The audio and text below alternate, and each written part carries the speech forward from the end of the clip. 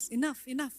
ఇంకా ఈ తాత్కాలికమైనది, ఇంకా చిన్న వాటివి, ఇంకా పనికి రాని వాటిని అడగటము చాలు. దేవా నువ్వు ఇవి చేయయ్యా, ఈ గొప్ప కార్యాలు చేయ, నన్ను గొప్పగా వాడుకోయ్యా, నాకు ఆత్మవరాలు దయచేయ్యా, భాషలు మాట్లాడే వరము దయచేయ్యా అని ఇవన్నీ ఎందుకు అడగరు? అది కొంతమందికే లేండి, నాకు కాదులే అని అంటూ ఉంటారు. ఫ్యూ ఆస్క్, అడిగితే నేను ఇవ్వనా అని అడిగాడు దేవుడు.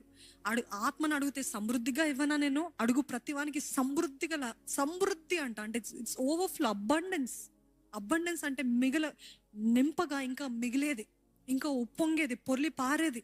That is abundance. God is saying I want to use you, but your saying ఇంతవరకు వాడుకున్నావు చాలయ్యా. ఆత్మ ఆగిపోవాలా, ఆత్మ కార్యాలు ఆగిపోవాలా. దేవా నాలో పొర్లి పారాలన్న వారు ఉంటే నోరు విప్పి చెప్తారండి.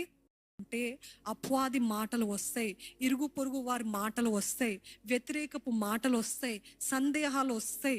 ఎవరో వచ్చి ఏదో చిచ్చులు పెడతారు, ఎవరో వచ్చి ఏదో మాట అంటారు, మీ విశ్వాసానికి అడ్డుబండగా మారుతారు, మీ విశ్వాస యాత్రకు ఒక ఆటంకంగా మారి మిమ్మల్ని ముందుకు వెళ్లకుండా చేస్తారు. కాబట్టి దేవుడి విశ్వాస కార్యము చేయమంటున్నప్పుడు shut all the negative people, shut all the negative voices. ఆమె ఇప్పుడు అర్థం కాదు.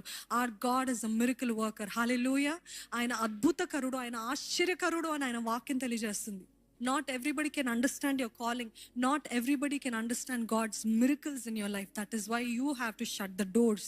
What doors? The mouths, the negativity, the faithless talks. చాలా మంది కింద నీకు క్రైస్తవులు అనబడే వారు మాటలే ఉంటాయి.